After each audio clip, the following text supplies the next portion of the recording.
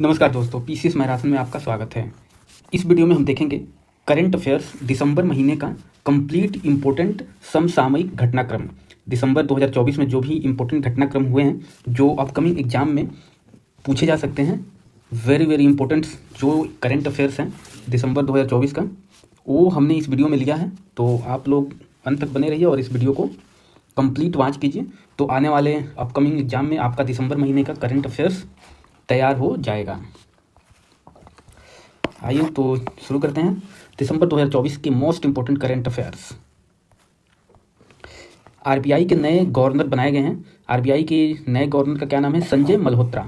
ये 26 नंबर के हैं, 26वें नंबर के हैं। इसके पहले शक्तिकांत दास थे रिजर्व बैंक ऑफ इंडिया के गवर्नर। 34वां व्यास सम्मान 2024 किसको मिला है? तो ये सूर्यबाला को मिला है। इनके बुक के लिए, इनके बुक का क्या नाम है? उपन्यास है सूर्यबाला का कौन देश को वासी वेणु की डायरी। इसके लिए इनको व्यास सम्मान 2024 मिला है।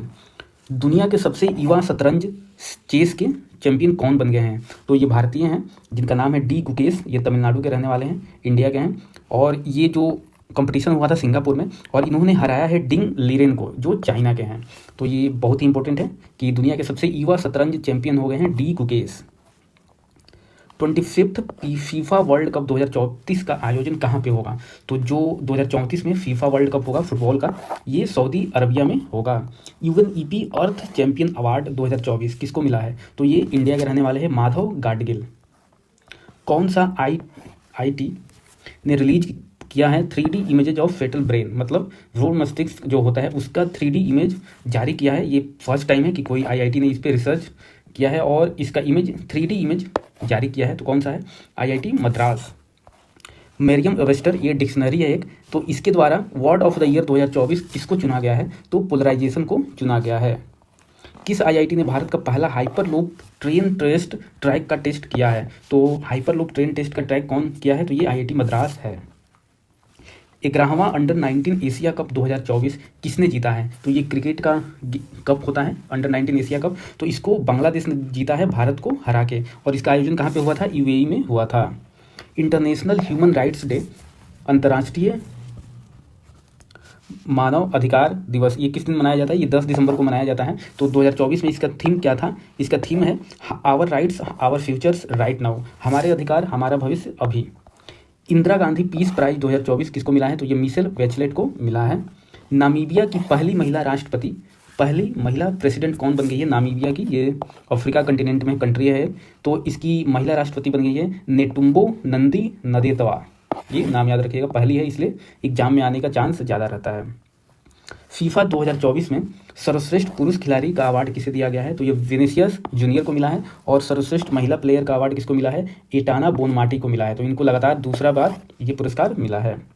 भारत का पहला स्वदेशी कीटनाशक विरोधी बॉडी सूट लॉन्च हुआ है, इसका क्या नाम है? तो इसका नाम है किसान कवच।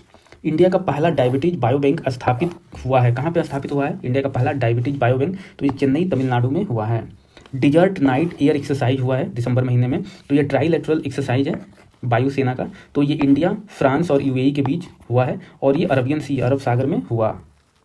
जाकिर हुसैन ये फेमस पर्सनालिटी है इंडिया का, तो इनका निधन हो गया है। तो ये एक तबला वादक थे और इनको पद्मश्री कब मिला था? 1988 में, 1988 में। पद्म भूषण मिला था 2002 में और पद्म विभूषण मिला था 2023 में। विश्व की पहली कार्बन 14 डायमंड बैटरी किस देश ने विकसित किया है? तो यूनाइटेड किंगडम ने इसको विकसित किया है। महाराष्ट्र के नए सीएम, महाराष्ट्र में इलेक्शन हुआ तो दिसंबर महीने में, इसके नए सीएम के रूप में किसने शपथ लिया है? तो देवेंद्र फडणवीस ने लिया है, जो बीजेपी के हैं। 57वां टाइगर रिजर्व, अभी हमने नवंबर महीने में देखा था कि 56वां टाइगर रिजर्व हो गया था तमोर पिंगला, अभी 57वां टाइगर रिजर्व हो गया। कौन? रातापानी वाइल्ड लाइफ सेंचुरी को घोषित किया गया है, जो मध्य प्रदेश में है, एमपी में है। भारत के पहले वर्टिकल लिफ्ट रेलवे सी ब्रिज का क्या नाम है? तो ये न्यू पंबन रेलवे ब्रिज है। वर्ल्ड एड्स डे कब मनाया जाता है? तो ये 1 दिसंबर को हमेशा मनाया जाता है और 2024 में इसका थीम है take the rights path, my health my rights. Surya Kiran military exercise हुआ है, तो ये किसके किसके बीच होता है? तो ये इंडिया और नेपाल के बीच होता है और इसका आयोजन इस बार दिसंबर 2024 में नेपाल में हुआ है। फॉर्मर पीएम है श्री मनमोहन सिंह, इनका भी निधन हो गया दिसंबर महीने में, जो 92 ईयर्स के थे। ये क्या है कि ये पहले आरबीआई गवर्नर भी रह चुके हैं 1982 से 85 के टाइम में। फाइनेंस मिनिस्टर भी ये रहे हैं पीवी नरसिम्हा राव के गवर्नमेंट में 1991 से 96 तक, और प्राइम मिनिस्टर भी रहे हैं इंडिया के 2004 से 2014 तक। देश का पहला डिजिटल म्यूजियम अभय प्रभावना, ये कहाँ स्टार्ट किया गया है? तो ये महाराष्ट्र में स्टार्ट किया गया है। नेटवर्क रेडीनेस इंडेक्स 2024 में इंडिया का रैंक है 49वां रैंक है, और इसमें पहला स्थान है यूएसए का, दूसरा है सिंगापुर का। और जारी कौन करता है? तो पोर्टुलेंस इंस्टीट्यूट के द्वारा ये नेटवर्क रेडीनेस इंडेक्स जारी किया जाता है। 5 राज्यपाल चेंज किए हैं 5 स्टेट के। तो बिहार के जो नए राज्यपाल हैं वो आरिफ मोहम्मद खान को बनाया गया है, जो पहले केरल के थे, और जो बिहार के पहले गवर्नर थे राजेंद्र विश्वनाथ आर्लेकर, इनको केरला का राज्यपाल गवर्नर नियुक्त किया गया है। और मिजोरम का गवर्नर किसको नियुक्त किया गया है? राज्यपाल वीके सिंह को। मणिपुर का अजय कुमार भल्ला को, और उड़ीसा का हरि बाबू कंभमपति को बनाया गया है। तो ये 5 याद रखिएगा, आने वाले टाइम में एग्जाम में आ सकता है। NHRC मतलब नेशनल ह्यूमन राइट्स कमीशन के नए अध्यक्ष किसको बनाया गया है? तो ये वी रामा सुब्रमण्यम को बनाया गया है, जो भूतपूर्व सुप्रीम कोर्ट के जज हैं। पहला अंडर-19 महिला एशिया कप हुआ, इसके विनर कौन है? तो इसके विनर हो गए हैं इंडिया ने जीता है। ये रनर अप है बांग्लादेश को हरा कर इंडिया ने ये कप जीता है, और इसका आयोजन मलेशिया में किया गया था। कुवैत का सर्वोच्च सम्मान जो है द ऑर्डर ऑफ मुबारक अल कबीर, ये किसको मिला है? तो ये इंडिया के जो PM है नरेंद्र मोदी, उनको दिया गया है। भारत किस देश के साथ मिलकर भारत में दुनिया के सबसे बड़े म्यूजियम युग युगीन भारत राष्ट्रीय संग्रहालय बनाएगा? तो ये फ्रांस के साथ मिलकर ये म्यूजियम बनाया जाएगा। क्या नाम है इसका? युग युगीन भारत राष्ट्रीय संग्रहालय। ये बुक है bring it on the incredible story of my life. तो इसको कौन लिखा है और किनके लाइफ पे बेस्ड है? तो ये दीपा मलिक के ऊपर बेस्ड है, और इन्होंने ही लिखा है। दीपा मलिक पैरा ओलंपिक खिलाड़ी हैं, पैरा गेम खेलती हैं, शॉर्ट पुट। हिंदी भाषा का साहित्य अकादमी पुरस्कार 2024 किसको दिया गया है? तो ये गगन गिल को दिया गया है, जो इनकी कविता है मैं जब तक आई बाहर। और साहित्य अकादमी अवार्ड इंग्लिश भाषा के लिए किसको मिला है 2024 में? तो स्टर्लिन कीरे को दिया गया है। खो खो वर्ल्ड कप 2025 में kho kho world cup start हो रहा है। ये पहला एडिशन होगा जो इंडिया में ही होगा, मतलब पहला एडिशन है और ये इंडिया से ही स्टार्ट हो रहा है। तो इसके ब्रांड एम्बेसडर कौन बनाए गए हैं? तो सलमान खान को इसका ब्रांड एम्बेसडर बनाया गया है। इंटरनेशनल सोलर अलायंस का 105वां मेंबर कौन बन गया है? तो 105वें मेंबर बन गया है मालडोवा। ये यूरोपियन कंट्री है मालडोवा। भाषा संबंधी बाधाओं को दूर करने के लिए स्वर प्लेटफॉर्म लॉन्च किया है। कौन से स्टेट ने ये लॉन्च किया है स्वर प्लेटफॉर्म? तो ये गुजरात स्टेट ने किया है। Prime minister national child award कितने बच्चों को दिया गया है? तो 17 बच्चों को राष्ट्रपति जी ने दिया है। वर्ल्ड रैपिड चेस चैंपियनशिप 2024 के महिला वर्ग में कौन जीता है? तो वो कौन सा है game? World rapid chess championship. तो ये कोनेरी हम्पी इंडिया की रहने वाली है, ये दूसरी बार ये गेम जीता है इन्होंने, कोनेरी हम्पी। और पुरुष वर्ग में कौन जीता है? ओलोदर मुर्जिन। सिनबैक्स मिलिट्री एक्सरसाइज ये पहली बार हुआ है, ये फर्स्ट टाइम हुआ है एक्सरसाइज, तो याद रखिएगा सिनबैक्स। तो ये इंडिया और कंबोडिया के बीच हुआ है और पुणे में हुआ है दिसंबर 2024 में। वर्ल्ड्स वाइल्ड डे ये 5 दिसंबर को मनाया जाता है। रथ सप्तमी को किस राज्य का राज्य उत्सव मतलब स्टेट फेस्टिवल घोषित किया गया है? तो आंध्र प्रदेश ने रथ सप्तमी को घोषित किया है। गुड गवर्नेंस डे ये कब मनाया जाता है? ये 25 दिसंबर को हमेशा मनाया जाता है अटल बिहारी वाजपेयी के जन्म दिवस के अवसर पे। और 2024 में एक इनिशिएटिव बिल लॉन्च किया गया है PM के द्वारा। कौन सा है इनिशिएटिव? विकसित पंचायत कर्म योगी। ये एक बुक है chalk on food economics and society, इसको कौन लिखा है? अभिजीत बनर्जी के द्वारा लिखा गया है। फॉर्मर PM अटल बिहारी वाजपेयी की 10 फीट की ऊंची प्रतिमा का अनावरण कहाँ पे किया गया है? तो ये लखनऊ UP में किया गया है। वीर बाल दिवस कब मनाया जाता है? तो 26 दिसंबर को मनाया जाता है ये, और इस साल का थीम है 2024 का वीरता। स्पेसएक्स मिशन ये क्या है कि डॉक और अनडॉक करेगा जो भी स्पेसक्राफ्ट है उसका, और ये इसरो के द्वारा लॉन्च किया गया है, और ये PSLV C60 के द्वारा लॉन्च किया गया है। राष्ट्रीय किसान दिवस कब मनाया जाता है? तो 23 दिसंबर को मनाया जाता है, और 2024 का जो थीम है वो है empowering farmers through sustainable innovations according to Eurasia Times. तो ये एक पत्रिका है यूरेशिया टाइम्स, इसके द्वारा द ग्रेट पावर्स ऑफ 2025 में भारत का रैंकिंग क्या है? तो 5वां रैंकिंग है इसका। पहले नंबर पे USA है और दूसरे पे चाइना है। कैंसर रोगियों के लिए mRNA वैक्सीन कौन सा देश ने लॉन्च किया है? तो ये रसिया ने लॉन्च किया है। मध्य प्रदेश के किस शहर में 1 जनवरी 2025 से भिखारियों को भीख देना अपराध माना जाएगा? ये एक लॉ बनाया गया है, ऑर्डर पास किया गया कि इंदौर में 1 जनवरी से आप अगर किसी को भीख देते हैं तो आपके ऊपर कार्रवाई की जा सकती है। 100 से कम गेंद में टेस्ट शतक लगाने वाली पहली महिला क्रिकेटर्स कौन बन गई हैं? तो ये नेट साइबर ब्रंट हैं, इंग्लैंड की। इंटरनेशनल माइग्रेंट डे, अंतर्राष्ट्रीय प्रवासी दिवस कब मनाया जाता है? 18 दिसंबर को मनाया जाता है।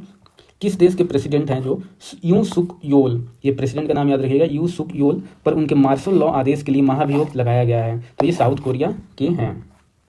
जेम प्लेटफॉर्म को पूरी तरह से अपनाने वाला पहला राज्य कौन बन गया है? तो ये यूपी है। India first yoga policy, India का पहला योगा पॉलिसी किस स्टेट ने लॉन्च किया है? तो ये उत्तराखंड है। ये बुक है एक, Dalai Lama secret to happiness, ये किसके द्वारा लिखा गया है? तो ये डॉक्टर दिनेश सहरा के द्वारा लिखा गया है। टाइम मैगजीन ने 2024 के लिए किसे पर्सन ऑफ द ईयर चुना है? तो ये डोनाल्ड ट्रंप है। यूएसए के किस स्टेट ने 6 दिसंबर को महात्मा गांधी स्मृति दिवस घोषित किया है? तो ये भी इंपॉर्टेंट है, 6 दिसंबर को स्मृति दिवस मनाया जाएगा महात्मा गांधी। तो ये यूएसए के नेब्रास्का स्टेट ने घोषित किया है। कौन सा पक्षी है जो 74 वर्ष की उम्र में अंडा देकर इतिहास रच दिया है? मतलब बुढ़ापे में 74 वर्ष की उम्र में इसने अंडा दिया है। तो इस पक्षी का नाम है विजडम है। नेशनल कंज्यूमर डे, उपभोक्ता दिवस कब मनाया जाता है? तो 24 दिसंबर को मनाया जाता है। ये बुक है Tipu Sultan the saga of the Mysore interregnum, ये लिखा है विक्रम संपत ने लिखा है। और ये एक रिपोर्ट जारी किया गया था, फॉरेस्ट रिपोर्ट, 18वां India state of forest report. ये हमेशा 2 साल में जारी किया जाता है। तो ये 18 नंबर का है और पहली बार कब जारी किया गया था? 1987 में। और ये हमेशा 2 साल में लॉन्च होता है, रिपोर्ट जारी किया जाता है। इसके पहले 2021 में जारी किया गया था, अब 2023 का, अभी 2024 के दिसंबर में जारी किया गया है। तो इसमें फॉरेस्ट कवर और ट्री कवर बढ़ा हुआ है और मैंग्रोव डिक्रीज हुआ है। तो फॉरेस्ट कवर कितना हो गया इंडिया का? 21.76% हो गया है। ट्री कवर की बात करें तो 3.41% हो गया। और total tree and forest cover की बात करें तो कितना हो गया है? 25.17% है। तो ये बहुत ही इंपॉर्टेंट है फॉरेस्ट रिपोर्ट, ये आप लोग ध्यान से देखिए। इसमें कुछ इंपॉर्टेंट पॉइंट देख लेते हैं कि मेन पॉइंट है जो कि मैक्सिमम इंक्रीज कहाँ हुआ है, सबसे ज़्यादा फॉरेस्ट का ग्रोथ कहाँ हुआ है। तो फॉरेस्ट एंड ट्री की बात की जाए तो सबसे ज़्यादा ग्रोथ कहाँ हुआ है? तो छत्तीसगढ़ में है सबसे ज़्यादा। फिर छत्तीसगढ़ के बाद क्या है? उत्तर प्रदेश आता है सेकंड नंबर पे, और तीसरे नंबर पे है उड़ीसा। तो ये 3 तो याद ही रखिएगा, छत्तीसगढ़, उत्तर प्रदेश और उड़ीसा है। और वही अगर केवल फॉरेस्ट कवर की बात कर लिया जाए तो सबसे ज़्यादा इंक्रीज कहाँ हुआ है? तो मिजोरम में, और दूसरे नंबर पे गुजरात, और तीसरे पे उड़ीसा है। और अगर अगर लॉस की बात करें फॉरेस्ट कवर के लॉस का, तो मध्य प्रदेश में सबसे ज़्यादा लॉस हुआ है फॉरेस्ट का, फिर कर्नाटका है, फिर लद्दाख है, फिर नागालैंड की बारी आती है। तो ये 3 स्टेट याद रखिएगा, सब में 3 स्टेट इंपॉर्टेंट है। और अगर टॉप 3 स्टेट देखा जाए एरिया वाइज कि सबसे ज़्यादा वन फॉरेस्ट किस स्टेट में है एरिया वाइज, तो 1 नंबर पे क्या है? मध्य प्रदेश है, दूसरे नंबर पे है अरुणाचल प्रदेश, और तीसरे नंबर पे है छत्तीसगढ़ है। और अगर परसेंटेज की बात की जाए कि सबसे ज़्यादा फॉरेस्ट कहाँ है परसेंटेज में, तो सबसे ज़्यादा है लक्षद्वीप में, लक्षद्वीप है 91.33% है। इसके बाद आता है मिजोरम 85.34%, फिर अंडमान एंड निकोबार 81.62%। तो एरिया वाइज भी याद रखना है और परसेंटेज वाइज भी याद रखना है। और इसमें ये भी बताया गया है कि जो 19 स्टेट हैं या यूनियन टेरिटरी हो गए या स्टेट हो गए, 36 हैं स्टेट और यूनियन टेरिटरी मिला के, तो 36 में से 19 जो है, 19 स्टेट और यूनियन टेरिटरी में 33% से ज़्यादा फॉरेस्ट है, मतलब वन है। तो कितने हैं? 19 है। और इनमें से जो है 19 में से भी 8 स्टेट और यूनियन टेरिटरी ऐसे हैं जिनमें 75% से ऊपर फॉरेस्ट कवर है। मिजोरम, लक्षद्वीप, अंडमान एंड निकोबार, अरुणाचल प्रदेश, नागालैंड, मेघालय, त्रिपुरा एंड मणिपुर में इसमें क्या है कि 75% से भी एबव फॉरेस्ट कवर है। अगर मैंग्रोव की बात किया जाए तो ये डिक्रीज हुआ है इस साल, कितना डिक्रीज हुआ है? 7.43 स्क्वायर किलोमीटर डिक्रीज हुआ है। तो ये बस याद रखिएगा, स्टेटमेंट में याद रख सकता है कि डिक्रीज हुआ है या इंक्रीज हुआ है। और सबसे ज़्यादा डिक्रीज कहाँ हुआ है मैंग्रोव? तो ये गुजरात में हुआ है, फिर आंध्र प्रदेश में, फिर महाराष्ट्र की बारी आती है। और मैंग्रोव कवर अगर देखा जाए कि सबसे ज़्यादा मैंग्रोव किस स्टेट में है, तो सबसे ज़्यादा कहाँ है? ये है वेस्ट बंगाल में। वेस्ट बंगाल में 42.45% है, और सेकंड नंबर पे है गुजरात। तो ये 2 ही याद रखिएगा कि फर्स्ट पे वेस्ट बंगाल है सबसे ज़्यादा मैंग्रोव में, और सेकंड में गुजरात है। और फॉरेस्ट फायर की बात करें कि किस राज्य के जंगल में या किस राज्य के जंगल में सबसे ज़्यादा आग लगी है, तो सबसे ज़्यादा आग लगा है 2023-24 के सीजन में उत्तराखंड में, फिर उड़ीसा की बारी आती है, फिर छत्तीसगढ़ की बारी आती है। तो सबसे ज़्यादा फॉरेस्ट फायर हुआ है उत्तराखंड में। तो ये फॉरेस्ट रिपोर्ट बहुत ही इंपॉर्टेंट है, ये अब नेक्स्ट 2 ईयर तक बहुत ही इंपॉर्टेंट रहने वाला है, क्योंकि 2 साल बाद ही अब आएगा, तो 2 साल अब यही सब पूछा जाएगा। तो ये अच्छे से एक बार देख लीजिए। चलिए मिलते हैं नेक्स्ट वीडियो में, तब तक के लिए नमस्कार।